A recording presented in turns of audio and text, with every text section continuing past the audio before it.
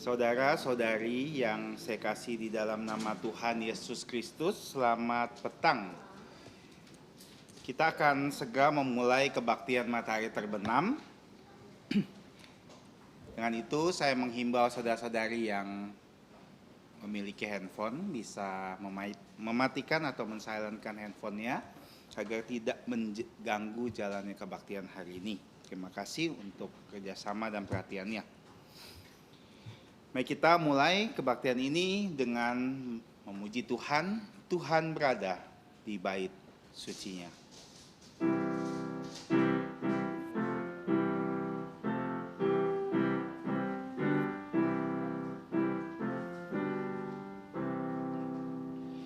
Tuhan berada di bait sucinya, semua orang di hadapan Tuhan sujudlah, berdiam diri, sembah sujud. Amin. Saudara-saudari, mari kita bersatu teduh. Dengarlah firman Tuhan sebagai landasan kebaktian hari ini. Mazmur nomor 98, Mazmur. Nyanyikanlah nyanyian baru untuk Tuhan, sebab Ia telah melakukan perbuatan-perbuatan yang ajaib. Keselamatan telah dikerjakan kepadanya oleh tangan kanannya, oleh lengannya yang kudus. Amin. Saat teduh selesai, saya mengundang saudara-saudari untuk bangkit berdiri dan kita menyanyikan pujian pertama kita, pujian 209. 209 Yesus segala-galanya. 209 kita bangkit berdiri dan memuji pujian ini.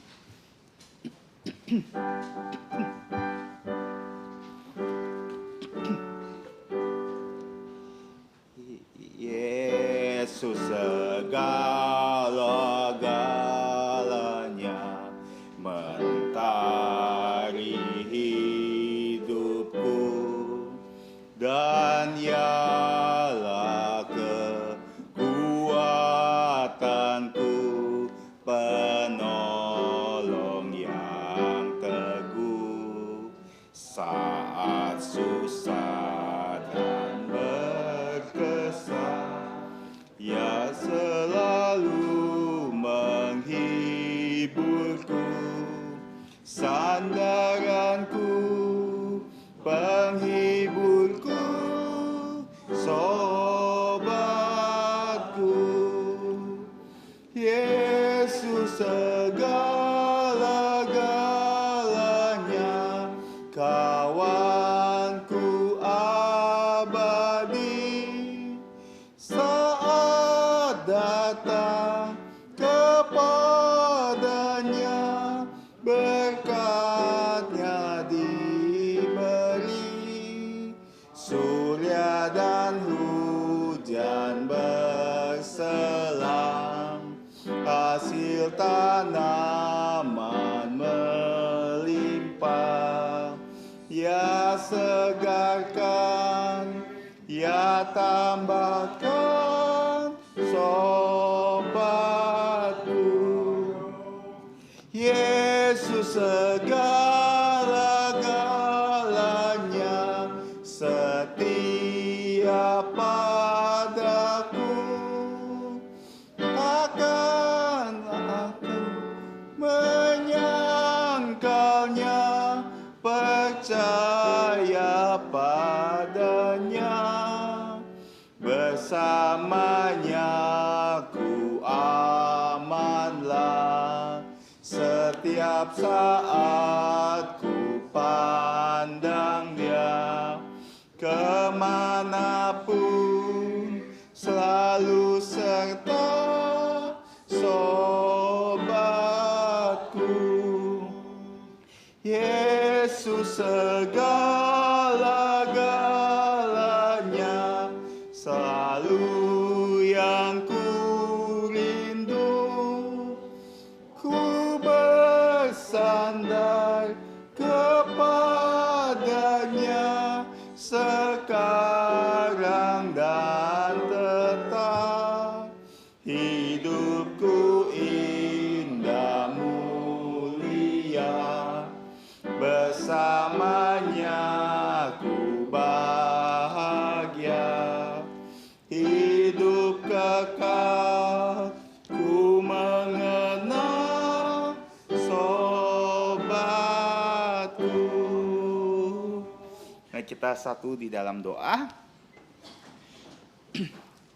Allah Bapa kami yang bertata kekal di atas kerajaan surga, Bapa pencipta langit dan bumi dan alam semesta, dan kami adalah puncak ciptaan-Mu yang telah jatuh ke dalam dosa, namun Engkau telah berkenan menyelamatkan kami. Kami bersyukur Bapa, seperti pujian yang telah kami nyanyikan, bahwa kami mempunyai sobat yang sejati, yaitu Tuhan Yesus Kristus, yang menyerahkan nyawanya untuk sahabat-sahabatnya. Dan tidak ada kasih yang lebih besar daripada kasih yang mau berkorban dan menyerahkan nyawanya untuk sahabat-sahabatnya.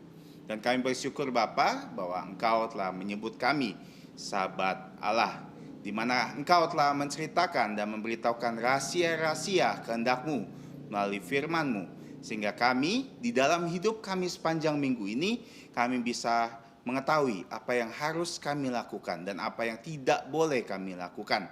Bahkan hari Sabat ini, kami bersyukur bahwa Engkau telah memimpin kami semua ke tempat ini. Kami memohon Engkau menyertai kebaktian ini dari awal sampai akhirnya, dan kami memohon juga Engkau yang berada bersama kami dan terus memberkati kebaktian hari ini. Kami berdoa dan bersyukur dan mohon ampun atas dosa dan pelanggaran kami, hanya di dalam nama Tuhan Yesus Kristus yang telah mengajarkan kami doa Bapa kami yang berbunyi. Bapa kami yang ada di surga, dikuduskanlah nama-Mu, datanglah kerajaan-Mu, jadilah kehendak-Mu di bumi seperti di surga. Berikanlah kami pada hari ini makanan harian kami, dan ampunilah kami akan kesalahan kami, seperti kami juga mengampuni orang yang bersalah kepada kami. Dan janganlah membawa kami ke dalam pencobaan, tapi lepaskanlah kami dari yang jahat. Karena Engkaulah yang punya kerajaan dan kuasa dan kemuliaan sampai selama-lamanya. Amin. Gloria Patria.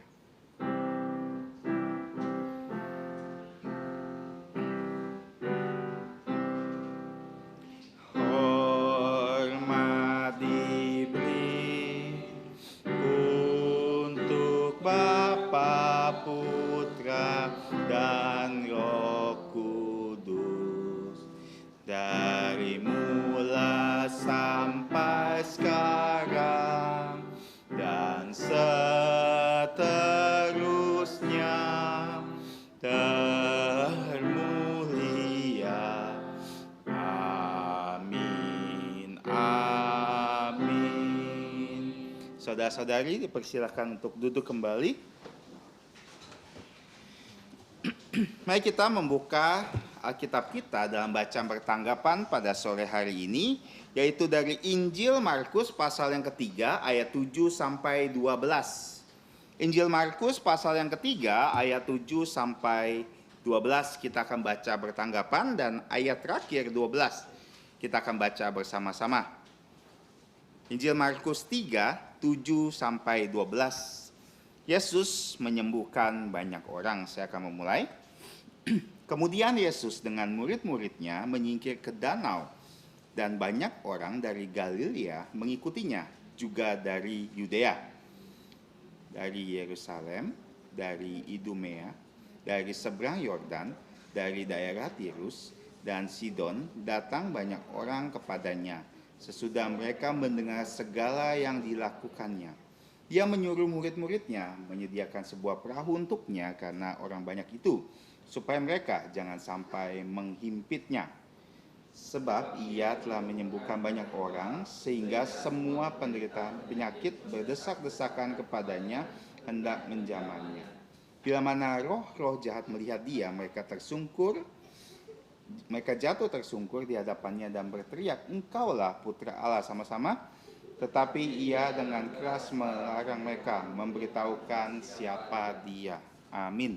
Kita bersyukur atas pembacaan firman Tuhan, dan firman Tuhan berjanji kita akan mendapatkan berkat ketika kita membaca, merenungkan, melakukan, dan mewartakan firman Tuhan. Mari kita meresponi firman Tuhan dengan pujian 165. Sudahkah kau disucikan darahnya? 165.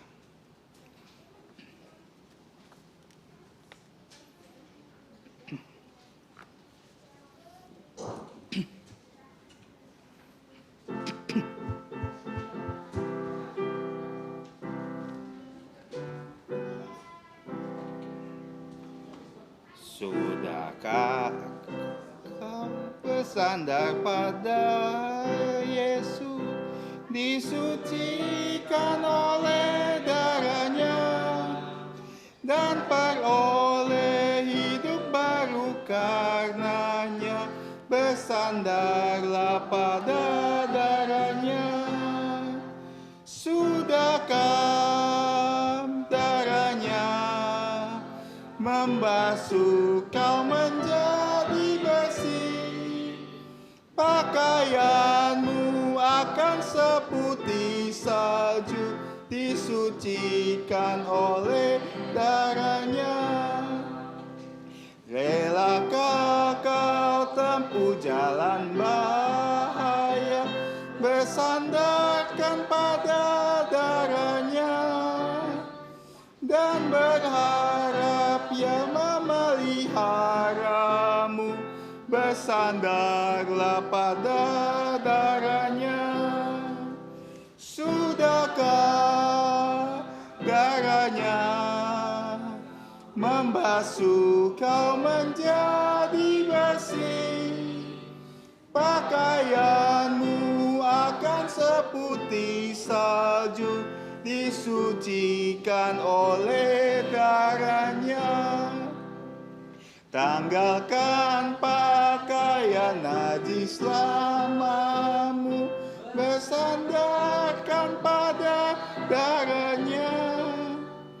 Darahnya diberikan cuma-cuma, bersandarlah pada darahnya. Sudahkah darahnya membasuh kau menjadi bersih? Pakaianmu akan seputih salju, disucikan oleh darahnya. Selanjutnya kita akan menghafalkan ayat hafalan kita yang ada di buletin gereja.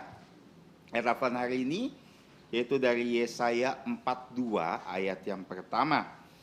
Dan di sini gelar dari Tuhan kita adalah orang pilihanku. Kita akan menghafal 3 kali ya. Dan yang ketiga kita coba tanpa melihatnya. Kita mulai ya, 1, 2, 3. Yesaya pasal 42 ayat 1. Lihat, itu hambaku yang kupegang, orang pilihanku, yang kepadanya aku berkenan. Aku telah menaruh rohku ke atasnya, supaya ia menyatakan hukum kepada bangsa-bangsa.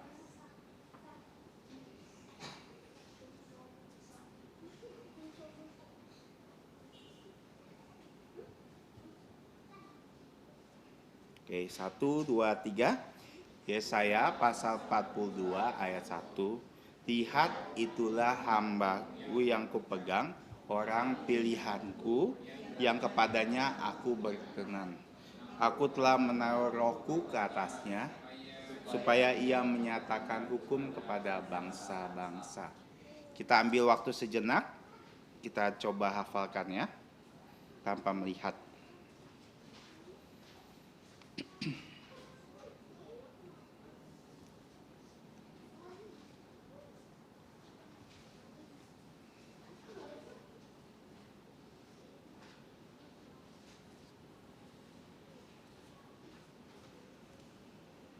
Kita coba ya. 1, 2, 3. Yesaya pasal 42 ayat 1. Lihat, itulah hambaku yang kupegang, orang pilihanku yang kepadanya aku berkenan. Aku telah menaruh rohku ke atasnya, supaya ia menyatakan hukum kepada bangsa-bangsa. Amin. Kita bersyukur kita bisa menghafal ayat hafalan ini. Bagi yang belum bisa menghafal, boleh membawa pulang buletin gereja ini supaya kita bisa menghafalkannya. Di atas ayat hafalan ada jadwal pelayanan sepanjang bulan ini. Mohon diperhatikan. Pada gereja, kebaktian Jumat Agung akan diadakan hari Jumat 15 April di Kalvari Kuburaya, ya, bukan di sini, di Kalvari Kuburaya, jam 9 pagi, dan mengundang saudara-saudari untuk bisa mengikutinya. Kita bisa bersama-sama berkebaktian di gereja di Kuburaya, dan di kebaktian ini juga akan dilangsungkan perjamuan kudus, ya, karena ini kebaktian Jumat Agung. Dan juga minggu depan kebaktian kebangkitan Tuhan Yesus juga akan diadakan di Kalvari Kuburaya jam 9 pagi, dan juga di Serdam di sini sore harinya. Jadi diajak, diundang saudara-saudara bisa hadir dan bisa mengajak kawan-kawan. Dan jika ingin butuh informasi, misalnya ada yang di Serdam ini ingin ikut pada hari Jumat, mohon hubungi pengurus, ya. Yang kedua, terus doakan dan bisa memberitahukan, informasikan untuk saudara-saudari yang mempunyai kenalan atau punya anak, cucu, untuk bisa mendaftarkan anak-anak ke sekolah Kristen Kalvari baik TK maupun SD. Dan kiranya Tuhan berkenan atas pelayanan gereja melalui sekolah ini. Dan apakah ada yang pertama kali hadir? Saya melihat semua sudah pernah hadir. Kita terus berdoa semoga Tuhan tambahkan jiwa orang percaya baik di sini, di Siantan maupun di Kuburaya. Selanjutnya kita akan memberi yang terbaik untuk Tuhan. Kita akan memberikan persembahan. Dan pujian yang kita akan nyanyikan adalah 214.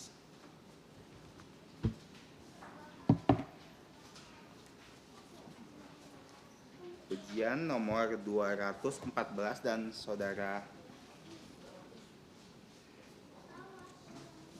Acoy akan membawakan kantong persembahan 214.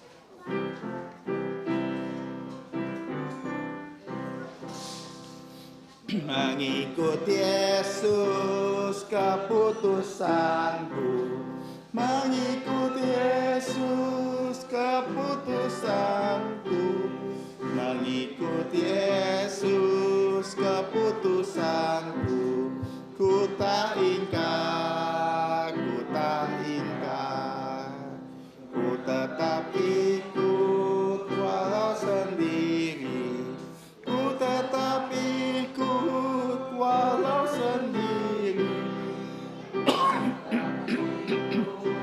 walau sendiri, ku tak ingkar, ku tak ingkar. Salib di depan, dunia ku tinggal. Salib di depan, dunia ku tinggal. Salib di depan, dunia ku tinggal.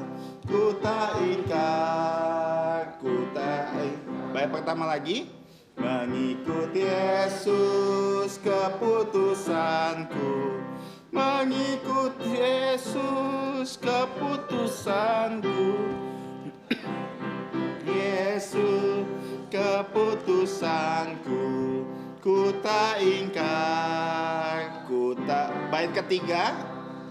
Salib di depan, dunia ku tinggal. Di depan, dunia ku tinggal. Salib di depan, dunia ku tinggal. Ku tak ingkar. Mengundang saudara-saudari bangkit berdiri dan kita akan menyanyikan doksologi.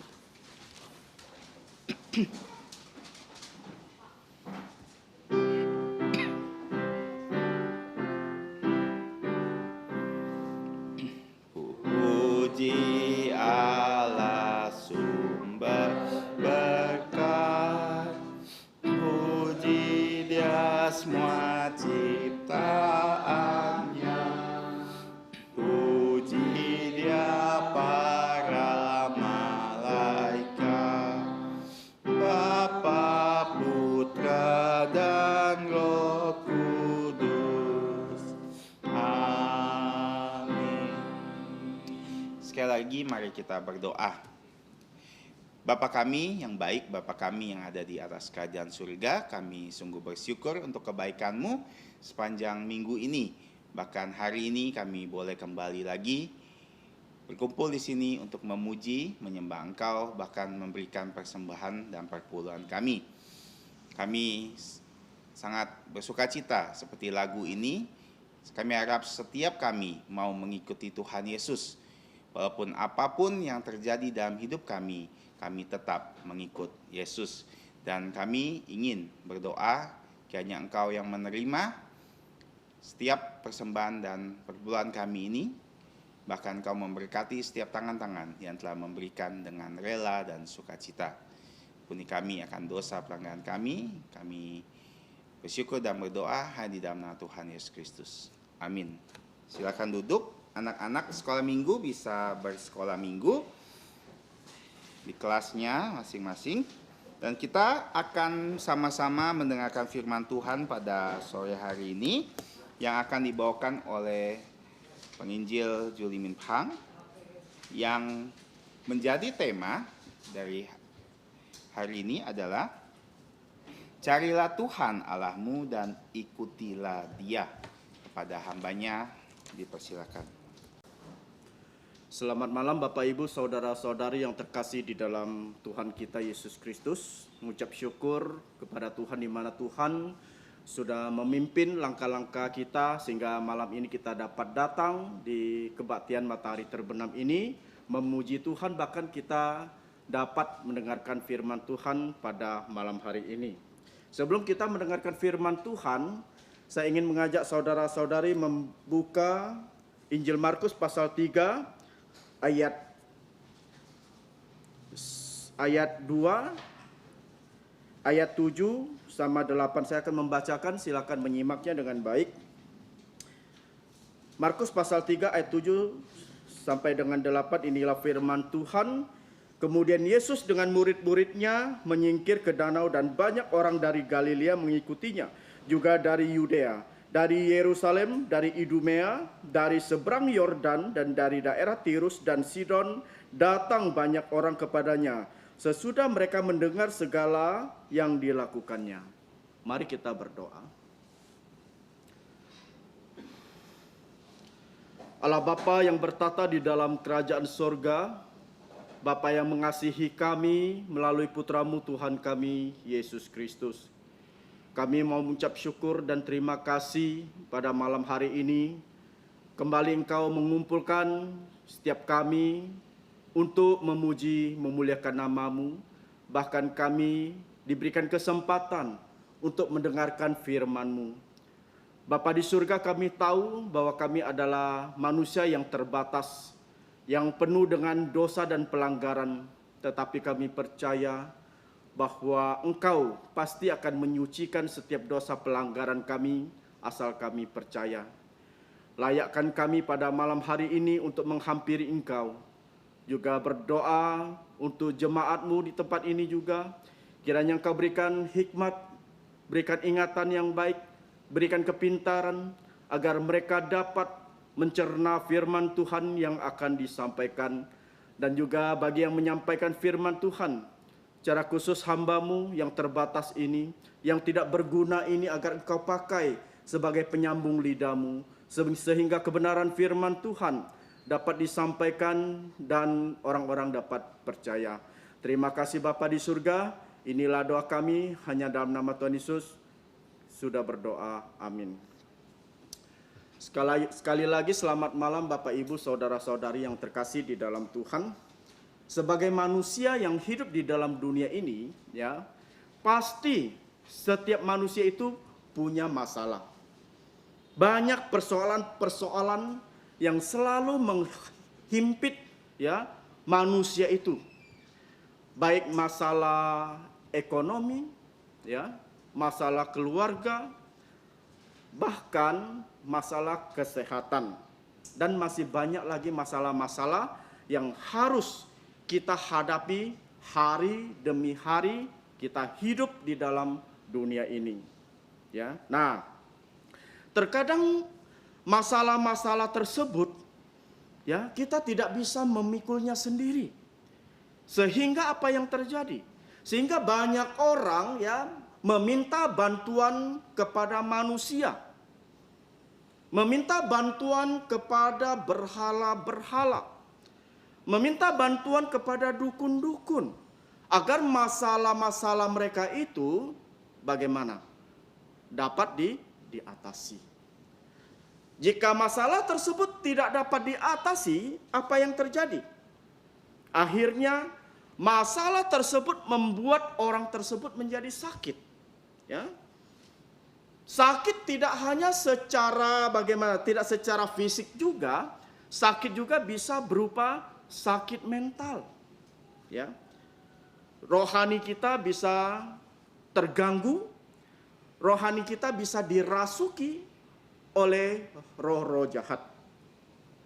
Bersyukur Rabu lalu, ya, kami tim dari penginjilan dan juga pembesukan, kami diberikan kesempatan dapat membesuk seorang ibu yang sudah beberapa minggu itu tidak datang ke gereja.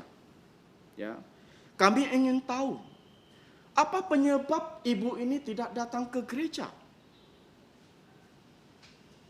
Dan setelah kami kunjungi, kami baru tahu bahwa ibu ini tidak datang ke gereja karena kakinya sakit. Sehingga dia tidak bisa datang ke gereja. Ibu ini tinggal di tempat yang jauh. Ya, jadi kalau dia ke gereja itu dia memakai jasa ojek untuk bisa sampai di gereja tersebut. Nah, puji Tuhan, ya, setelah kami kunjungi, kami besuki, ya, kami sama-sama membaca firman Tuhan, ibu ini saya melihat kerohaniannya bagaimana. Dia bersuka cita. Dia senang akan kedatangan kami. Tetapi sayangnya, dari keluarga ibu ini, ya, dia masih mempunyai seorang suami, mempunyai anak, mempunyai menantu, mempunyai cucu, tetapi semuanya masih belum percaya kepada Tuhan Yesus. Ya, nah, kami diberikan kesempatan untuk menginjili suami dari ibu ini. Suami ibu ini umurnya itu berapa kira-kira? Tahu nggak? Umurnya 94 tahun. 94 tahun. Sudah sangat tua, ya, sudah kurang pendengarannya. Jadi bagaimana? Akhirnya Pak Peter, ya, mengabarkan Injil kepada bapak tersebut dengan cara bagaimana?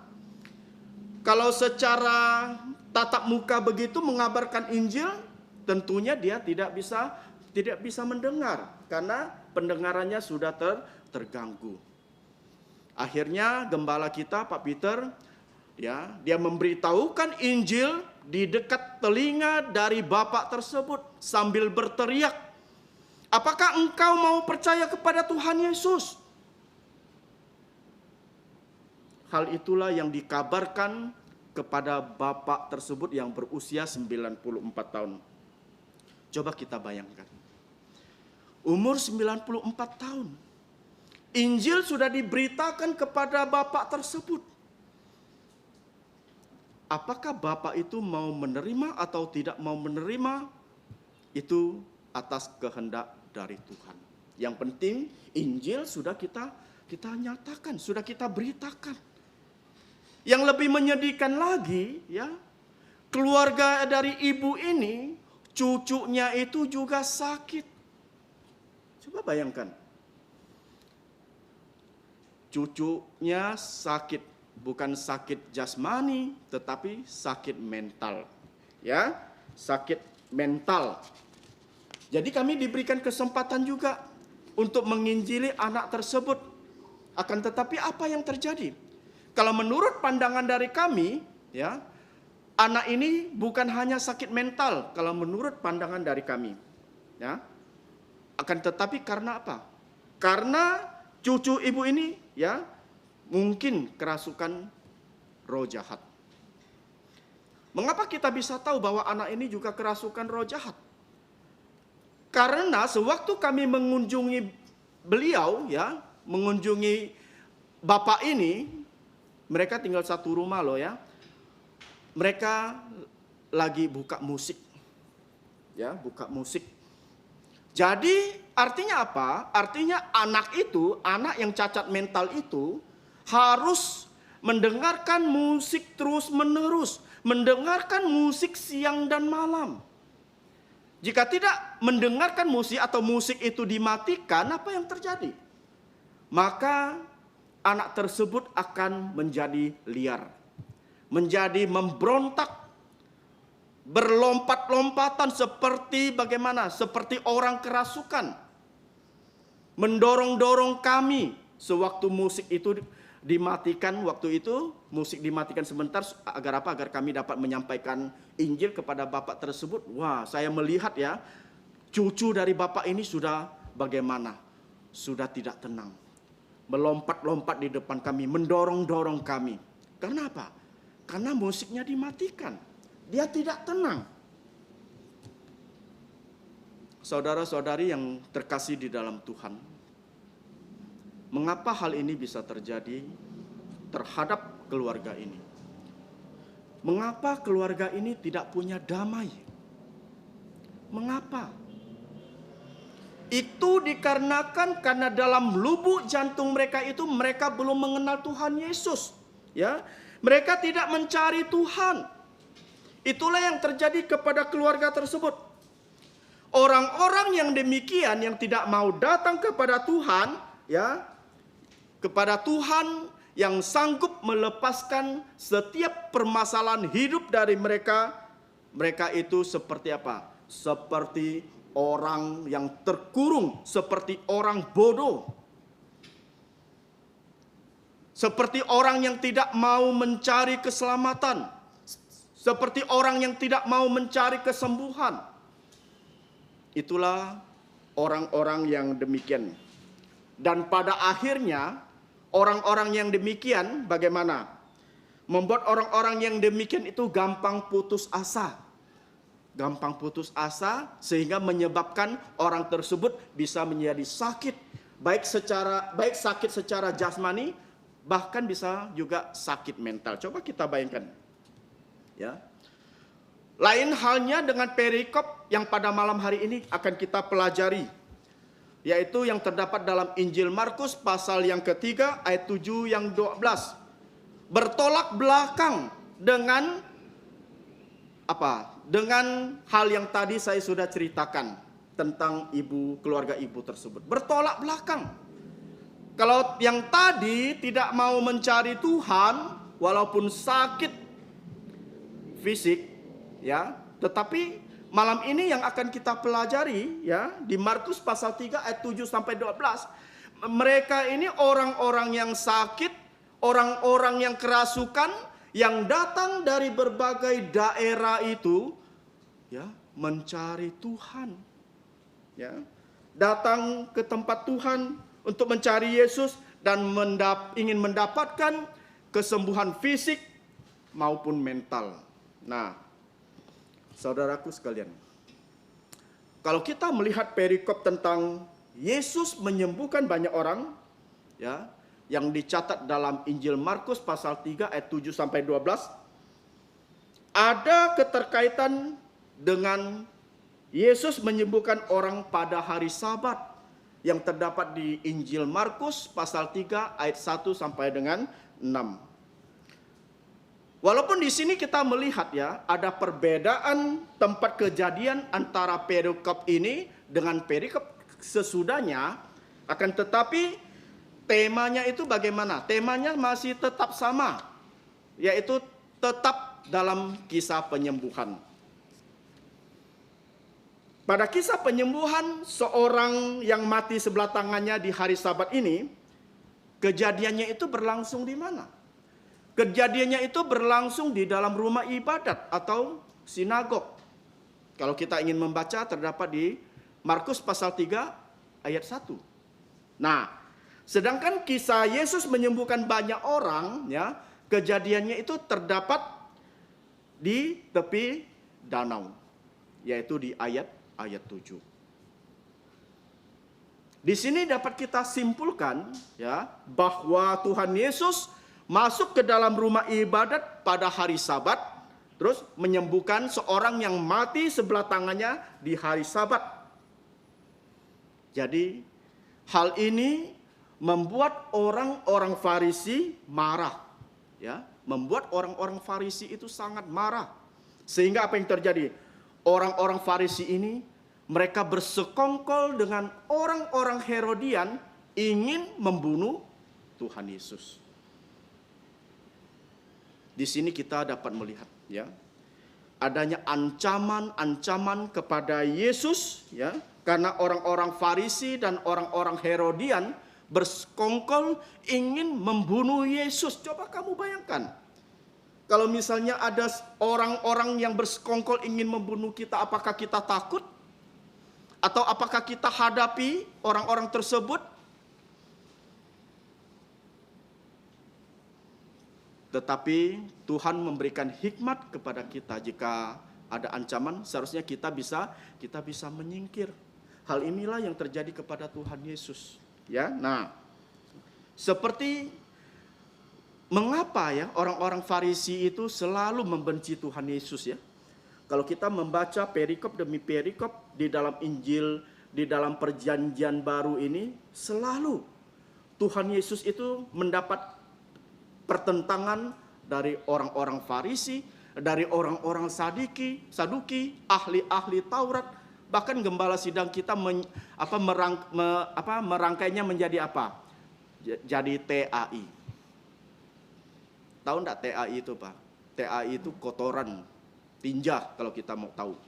Itu singkatan dari orang-orang yang membenci Tuhan Yesus, ya. Jadi mengapa mereka membenci Tuhan Yesus? Seperti yang kita ketahui bahwa popularitas Tuhan Yesus itu semakin bagaimana? Semakin lama semakin meluas. Selama 3,5 tahun pelayanan dari Tuhan Yesus itu, ya, kalau kita melihat ya, semakin hari itu semakin maju, meluas. Bahkan Tuhan Yesus itu terkenal sampai kemana-mana, ke seluruh daerah, baik orang Yahudi maupun orang non-Yahudi. Kita melihat di sini. Mereka iri, ya. Mereka bagaimana?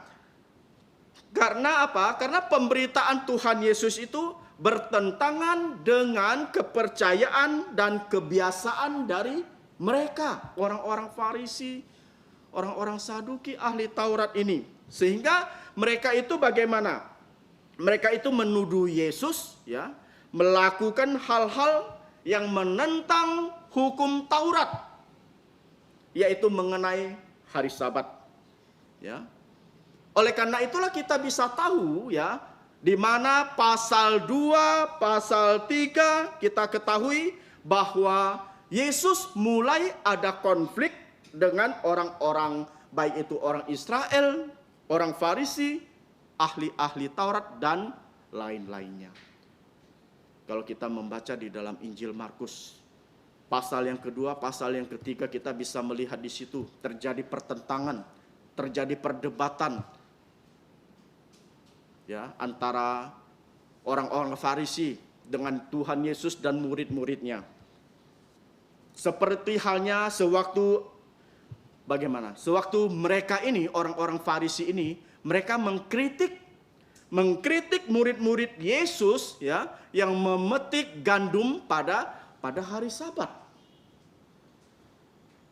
Bahkan minggu yang lalu kita sudah belajar ya bagaimana orang-orang Farisi ini mengamat-ngamati Yesus ya. Apakah Yesus akan menyembuhkan orang yang mati sebelah tangannya itu pada hari Sabat. Orang-orang Farisi ini ya, kalau kita melihat ya, mereka ini selalu mencari-cari kesalahan dari Tuhan Yesus. Sehingga ada bukti mereka bagaimana bisa memenjarakan Yesus, bahkan bisa membunuh Yesus karena melanggar hari Sabat. Akan tetapi kita melihat di sini bahwa Yesus mengetahui pikiran mereka. Malah Tuhan Yesus mengajukan pertanyaan balik untuk orang-orang Farisi ini. Tuhan Yesus berkata, manakah yang diperbolehkan pada hari Sabat? Ya, berbuat baik atau berbuat jahat? Menyelamatkan orang atau membunuh orang? Menurut saudara-saudari, boleh tidak menyembuhkan orang pada hari Sabat? Boleh enggak? Kalau misalnya ya hari Sabat atau hari Minggu, kita ke gereja. Tiba-tiba di luar terjadi kebakaran. Ya. Akan tetapi di dalam gereja tersebut jemaat kita rupanya ada yang pekerjaannya sebagai pemadam kebakaran. Apakah boleh orang tersebut meninggalkan ibadah lalu menyelamatkan rumah yang terbakar? Boleh tidak? Padahal pada hari Sabat loh, hari Minggu, sewaktu ibadah, sewaktu firman Tuhan disampaikan, boleh. Ya, kita boleh meninggalkan ibadah, kita menolong orang lain. Ya, nah, di sini kita melihat ya perkataan Yesus tentang hal tersebut disusul dengan apa? Disusul dengan tindakannya menyembuhkan orang yang mati sebelah tangannya itu pada hari Sabat. Langsung loh, Tuhan Yesus menyembuhkan orang yang mati sebelah tangannya itu, walaupun disaksikan oleh orang-orang yang tidak menyukai dia. Boleh. Tuhan Yesus tidak takut. Yang penting bisa menyelamatkan orang lain. Sehingga apa yang terjadi? Kejadian ini membuat konflik antara Yesus dengan orang-orang Farisi itu menjadi meruncing, menjadi semakin memanas. Orang-orang Farisi semakin membenci Tuhan Yesus. Sehingga apa yang terjadi? Kalau kita melihat orang-orang Farisi ini ya bersekongkol dengan orang-orang Herodian untuk membunuh Tuhan Yesus. Selanjutnya kita melihat di ayat 7 dan 8 ya. Bagaimana ya Tuhan Yesus bersama murid-muridnya itu menyingkir ke danau serta begitu banyak orang yang mengikutinya. Saya akan membacakan di ayat 7 dan 8. Inilah firman Tuhan, kemudian Yesus dengan murid-muridnya menyingkir ke danau dan banyak orang dari Galilea mengikutinya, juga dari Yudea, dari Yerusalem, dari Idumea, dari seberang Yordan, dan dari daerah Tirus dan Sidon. Datang banyak orang kepadanya, sesudah mereka mendengar segala yang dilakukannya. Coba kita bayangkan saudaraku yang terkasih di dalam Tuhan, ya, mengapa Tuhan Yesus menyingkir ke danau bersama murid-muridnya, dan mengapa begitu banyak orang yang mengikuti dia? Mengapa? Seperti yang kita ketahui, bahwa Yesus menyingkir ke danau bersama murid-muridnya karena ada ancaman pembunuhan dari orang-orang Farisi dan orang-orang Herodian. Ya. Memang pada dasarnya kebencian, permusuhan, bahkan ancaman pembunuhan selalu ada di hadapan Tuhan Yesus. Ya. Jadi artinya apa? Artinya setiap pelayanan itu tidak selalu lancar-lancar saja. Seperti halnya yang dialami oleh Tuhan Yesus. Kalau kita posisi kita seperti Tuhan Yesus, saya kira mungkin kita tidak berani lagi bagaimana mengajar orang, memberitakan Injil, menyembuhkan orang. Saya rasa kita tidak berani karena mendapatkan ancaman. Akan tetapi Yesus, ya, dia bukan hanya manusia 100%, akan tetapi dia adalah Allah 100%. Dia harus menyatakan kehendaknya di muka bumi ini. Ya. Taat 100%, baik secara aktif maupun secara pasif. Harus dilakukan semua. Sebagai manusia 100% dia harus selalu menjalankan setiap kehendak dari Bapanya di surga. Nah, ancaman pembunuhan, kebencian dari orang-orang, permusuhan itu tidak dihiraukan oleh Tuhan Yesus. Karena Tuhan Yesus menganggap hal itu biasa. Akan tetapi, apakah hal itu bisa terjadi?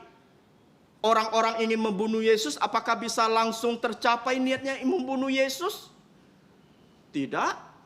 Ya, mengapa bisa tidak?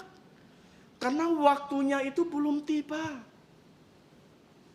Waktunya itu belum tiba. Sehingga rencana pembunuhan terhadap Yesus itu selalu gagal. Apa?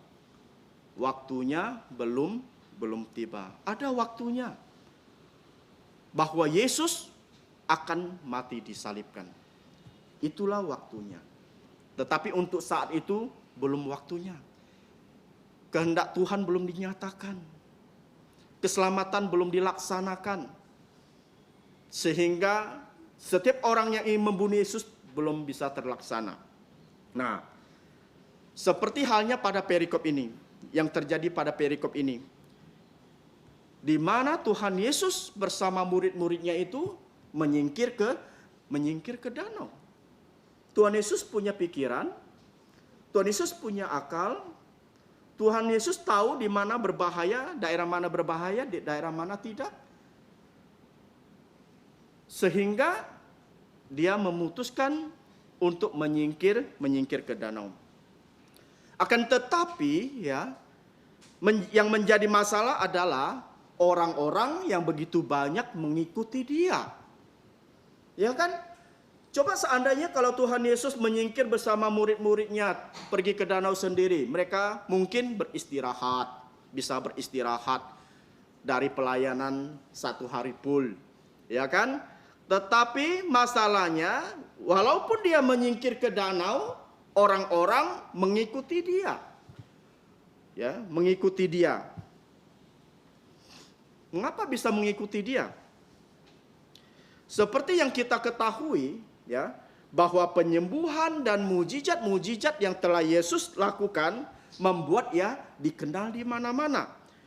Hal inilah yang membuat orang-orang datang dari berbagai tempat untuk mengikut Tuhan Yesus. Seperti firman Tuhan katakan, ya, seperti orang-orang dari Galilea, Yudea, Yerusalem, Idumea, ya, seberang Yordan, bahkan wilayah Tirus dan Sidon yang masih kafir datang pada Yesus. Mereka semua datang dari berbagai daerah itu, datang mencari Tuhan Yesus.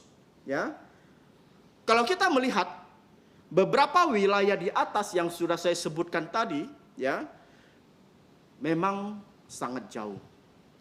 Ya, ada yang puluhan kilo, bahkan ada ratusan kilometer.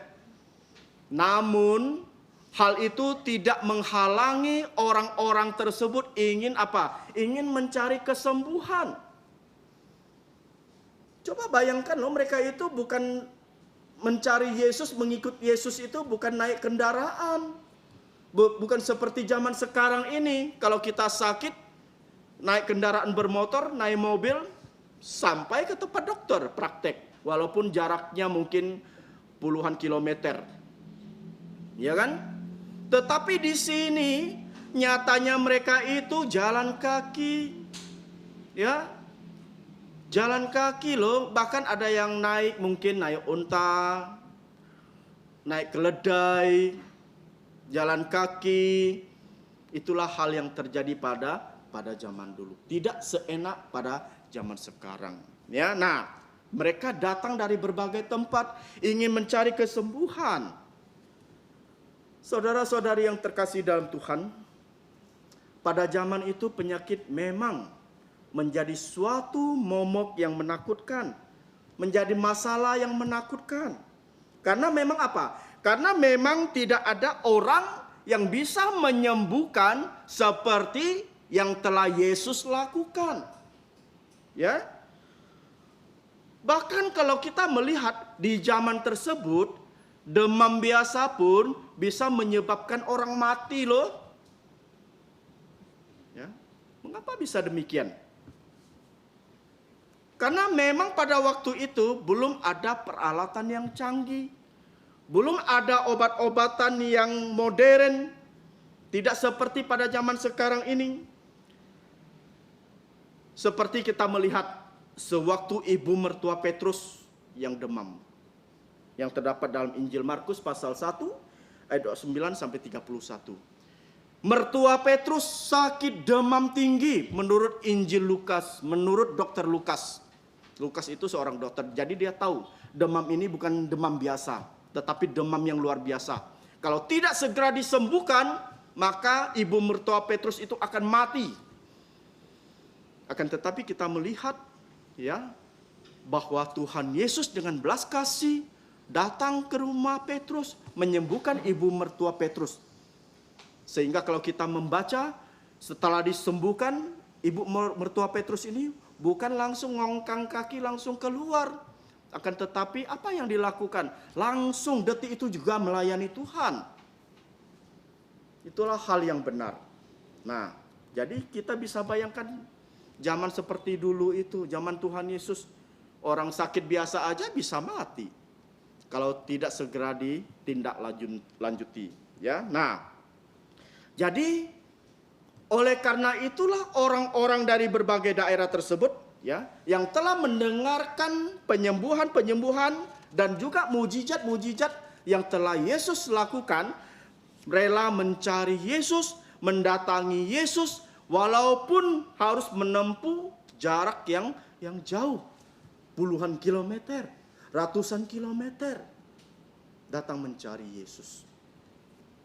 Dan saya percaya bahwa sekian banyak yang datang mencari Yesus itu, pada saat itu juga terdapat orang-orang yang masih ragu terhadap Tuhan Yesus. Terdapat orang-orang yang masih belum percaya kepada Tuhan Yesus. Mereka hanya bagaimana? Mereka hanya ingin melihat apa yang Yesus lakukan. Mereka penasaran dengan mujizat-mujizat Yesus yang Yesus lakukan. Artinya apa? Artinya tidak semua orang yang mengikut Yesus itu benar. Ya. Sama halnya seperti zaman sekarang ini. Kalian jangan membayangkan setiap orang yang datang ke gereja itu semuanya orang benar, semuanya percaya kepada Yesus. Tidak. Tidak semua orang yang datang ke gereja itu sungguh-sungguh percaya kepada Yesus. Ya. Ada yang datang dengan motivasi-motivasi yang lain.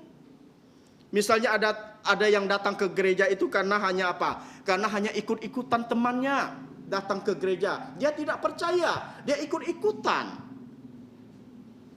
Terus ada yang datang ke gereja hanya karena terpaksa saja. Disuruh orang tua, kalau orang tua tak suruh saya datang ke gereja, saya dipukul. Ya, terus ada yang datang ke gereja ini motivasinya itu hanya agar diberkati saja, yang lain tidak penting. Yang penting saya diberkati. Selanjutnya ada yang datang ke gereja itu hanya ingin disembuhkan. Hal lainnya tak penting. Tuhan berikan saya kesembuhan. Tetapi setelah sembuh tak datang ke gereja, tak nongol orangnya. Seperti orang tersebut seperti apa? Kapal selam. Ya kan? Pernah nggak lihat kapal selam? Kadang tenggelam, kadang timbul. Nah, jadi kita melihat di sini orang-orang yang datang tersebut juga ada yang ikut meramaikan atau hanya sekedar melihat saja datang ke gereja, ya. Dan masih banyak lagi motivasi-motivasi yang tidak benar dari orang-orang yang datang ke gereja. Bagaimana dengan kita pada malam ini, semua yang hadir pada malam ini? Apa motivasi kita di dalam mengikut Tuhan? Ya. Kalau misalnya saat ini ada di antara kita yang masih motivasinya ingin bagaimana? Ada motivasi lain di dalam hidup kita mencari Tuhan, maka mulai malam ini engkau bertobatlah. Ya. Milikilah motivasi yang benar di dalam hidupmu untuk mencari Tuhan yang benar. Itulah yang diharapkan. Saudara-saudari yang terkasih dalam Tuhan, kita selanjutnya melihat di ayat 9 sama 10. Saya akan membacakan, inilah firman Tuhan. Ia menyuruh murid-muridnya menyediakan sebuah perahu untuknya. Karena orang banyak itu, supaya mereka jangan sampai menghimpitnya. Sebab ia menyembuhkan banyak orang, sehingga semua penderita penyakit berdesak-desakan kepadanya, hendak menjamah dia. Saudaraku yang sekalian, di sini kita dapat melihat ya, walaupun orang yang datang itu sangat banyak, apakah Tuhan Yesus menolak mereka? Tidak. Orang-orang datang berduyun-duyun mendatangi Yesus, mencari Yesus, tetapi Tuhan Yesus tidak pernah menolak mereka. Ia selalu membuka tangannya menyambut mereka. Ya. Mereka selalu bagaimana? Bahkan Tuhan Yesus dengan belas kasihan ia menyembuhkan setiap masalah-masalah dari orang-orang yang datang tersebut. Tetapi yang menjadi masalah ya adalah orang-orang yang datang mengikut Yesus itu terlalu banyak orangnya. Berduyun-duyun orang semua datang mencari Yesus, mengerumuni dia, membuat Tuhan Yesus tidak leluasa untuk bergerak atau menyampaikan sesuatu. Di sini kita melihat, mengapa bisa demikian saudaraku sekalian? Karena dengan begitu banyaknya manusia yang ada di situ, pasti situasinya itu menjadi ribut. Betul nggak? Kalau orang ramai itu pasti ribut. Seperti misalnya kalau kita melihat pembagian sembako. Ribut nggak? Ribut. Seperti misalnya orang antri minyak pada saat ini. Banyak orang antri minyak. Ribut nggak? Ribut. Berebutan. Bahkan ada yang diinjak-injak. Demi untuk mendapatkan satu bungkus minyak goreng. Ya. Hal ini juga terjadi dengan Tuhan Yesus. Yang datang itu bukan sedikit. Yang datang itu banyak, berduyun-duyun, bahkan dikatakan berhimpit-himpitan, membuat Tuhan Yesus tidak leluasa, ya, tidak leluasa bergerak, bahkan untuk menyampaikan firman Tuhan juga membuat Tuhan Yesus tidak leluasa. Jadi, mengapa bisa demikian? Karena dengan begitu banyak manusia yang di situ pasti menjadi ribut, bukan? Seperti yang saya katakan tadi. Ya, menjadi ribut dan tidak kedengaran. Ya. Apalagi ditambah dengan berdesak-desakan atau berhimpit-himpitan. Bahkan kalau kita membaca, orang-orang tersebut ya berebut untuk menjamah Tuhan Yesus, menyentuh Tuhan Yesus. Sehingga hal ini membuat Tuhan Yesus merasa tidak nyaman. Sehingga kalau kita melihat Tuhan Yesus menyuruh murid-muridnya untuk apa? Untuk menyediakan sebuah perahu kecil untuknya. Untuk apa perahu tersebut saudaraku sekalian? Apakah Tuhan Yesus mau melarikan diri? Ramai begitu. Ya, buat saya capek saja. Lebih baik saya pergi. Begitu? Tidak. Tuhan Yesus tidak akan pernah meninggalkan setiap orang percaya. Meninggalkan orang yang di dalam kesusahan. Ya. Akan tetapi Tuhan Yesus melakukan demikian agar apa? Agar bisa mengajar mereka itu di pinggir danau, di atas perahu. Ya. Mengapa bisa demikian? Kalau seandainya Tuhan Yesus mengajar di tepi danau dengan orang-orang yang begitu ramai, apakah itu efektif? Tidak efektif. Mengapa saya katakan tidak efektif? Karena Tuhan Yesus tidak leluasa karena berdesak-desakan. Mau menyampaikan firman Tuhan suara ribut, tidak kedengaran. Apa yang disampaikan tidak bisa didengar karena sangat ribut. Bahkan orang-orang yang di belakang tidak bisa memfokuskan diri kepada Tuhan Yesus. Tidak bisa melihat Tuhan Yesus. Itu sangat tidak efektif menurut Tuhan Yesus. Akan tetapi yang efektif itu bagaimana? Mengajar di dalam perahu di tepian danau. Ya, mengapa saya katakan demikian? Karena dengan Tuhan Yesus berdiri di tepian danau di atas perahu, maka semua orang itu bisa memperhatikan Tuhan Yesus. Semua orang berdiri di tepi danau tersebut bisa melihat Tuhan Yesus yang berdiri di perahu tersebut. Jadi bisa memfokuskan diri kepada Tuhan Yesus. Begitupun juga dengan Tuhan Yesus. Ya, tidak berhimpit-himpitan. Dia bisa memfokuskan juga kepada setiap orang dengan pengajarannya. Nah, jadi yang kedua adalah suara Yesus bisa didengar oleh orang-orang. Orang-orang bisa mendengar suara Yesus. Mengapa bisa demikian?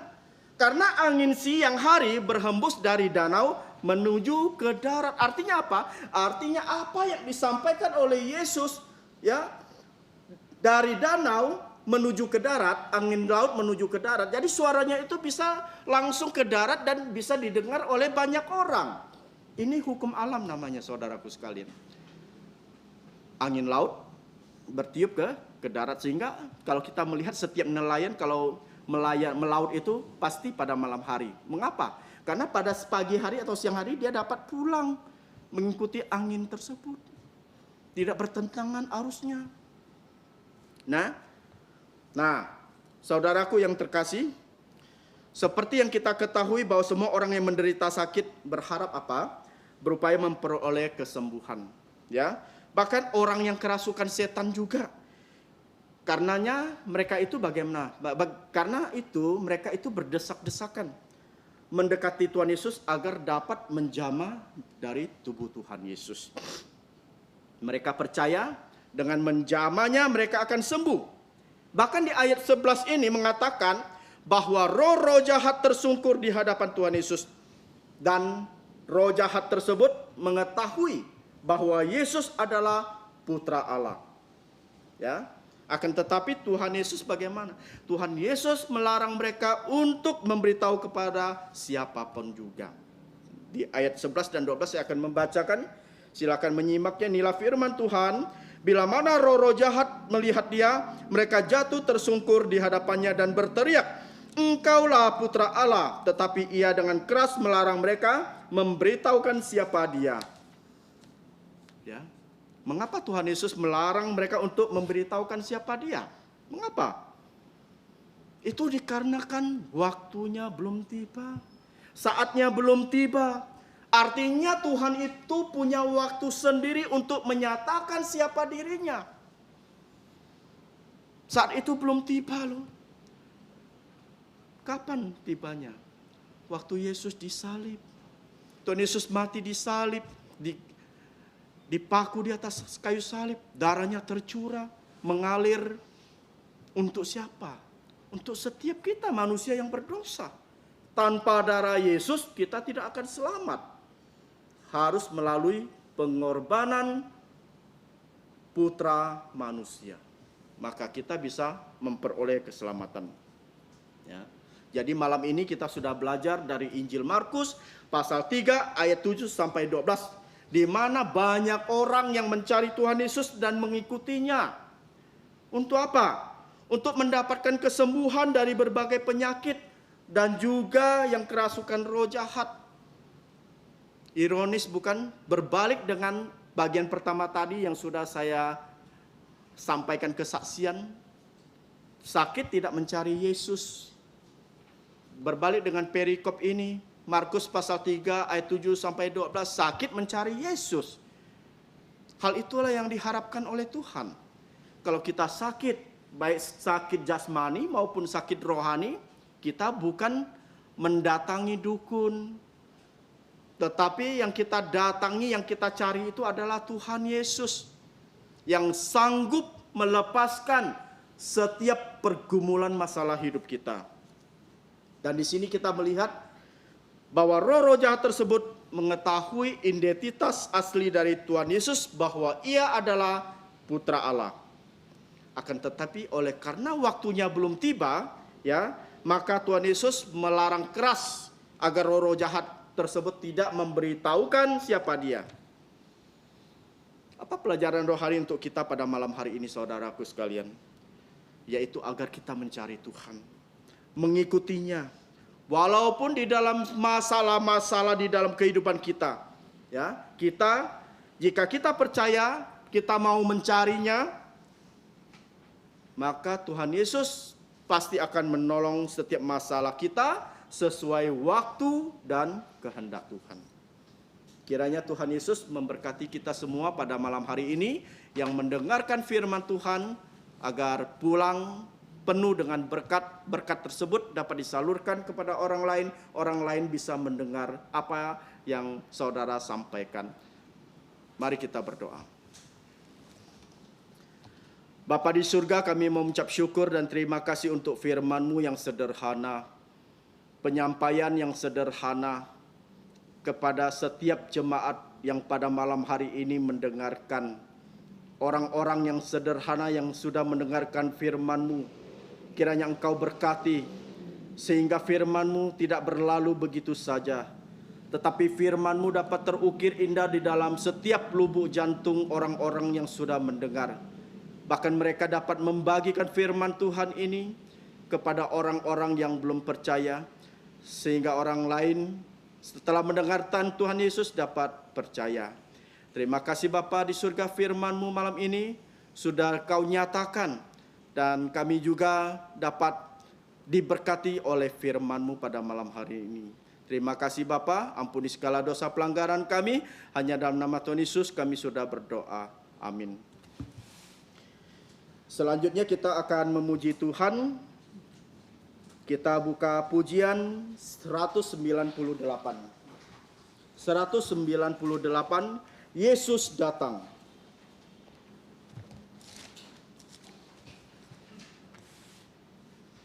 Setelah pujian ini, doa berkat atau doa penutup akan disampaikan oleh hambanya. Yesus datang.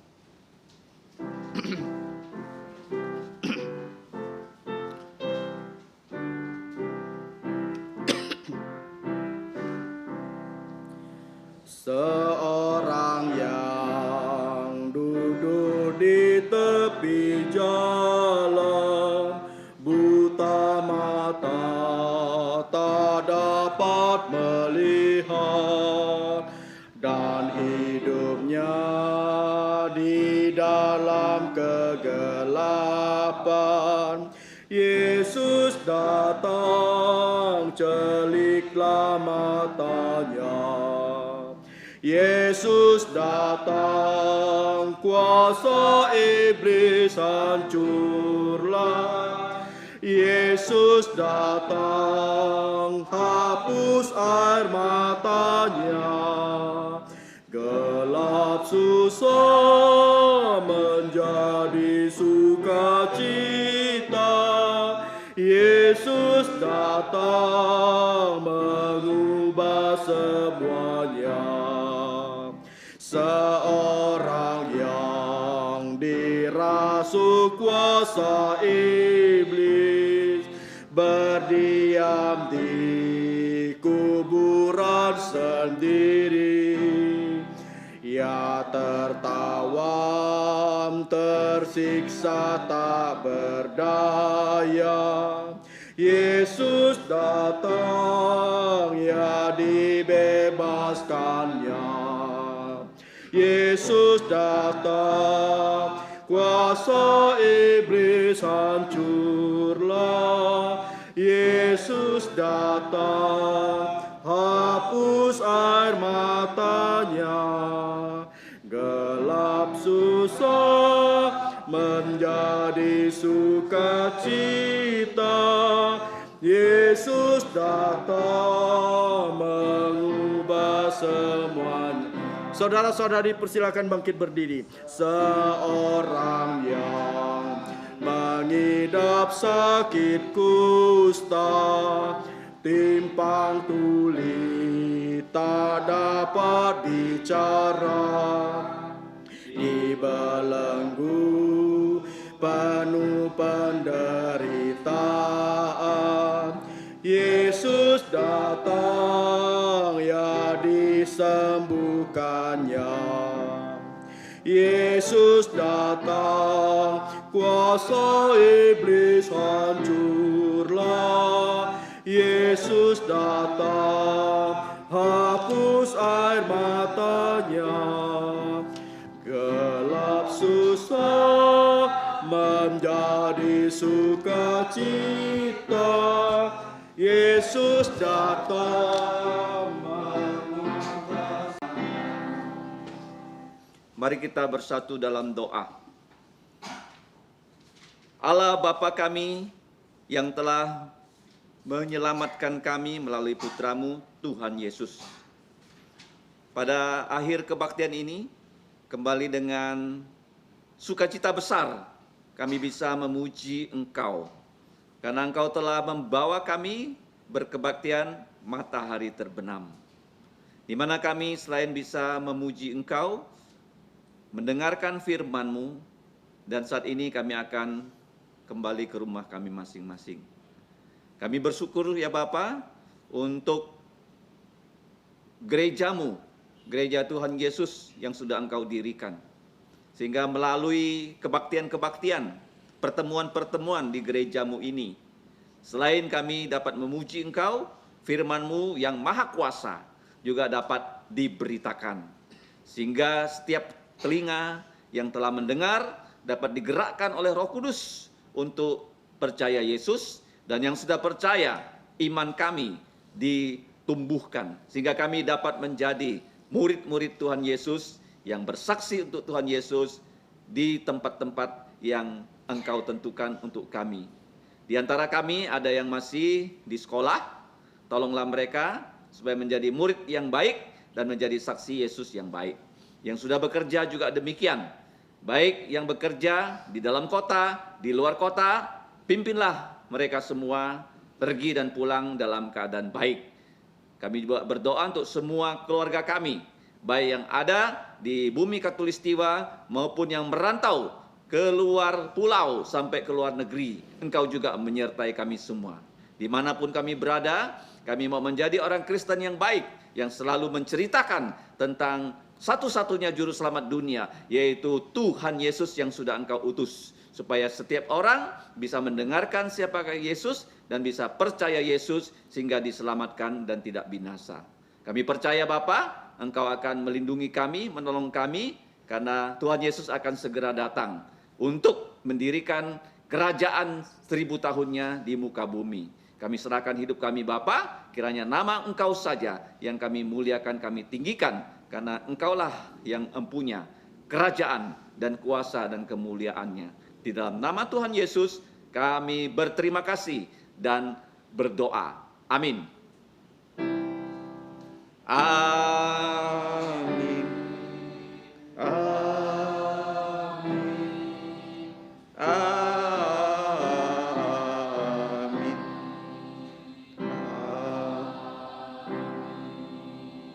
Saudara-saudariku, silakan duduk.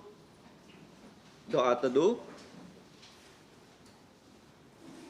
Tuhanmu memberkatimu dan melindungimu.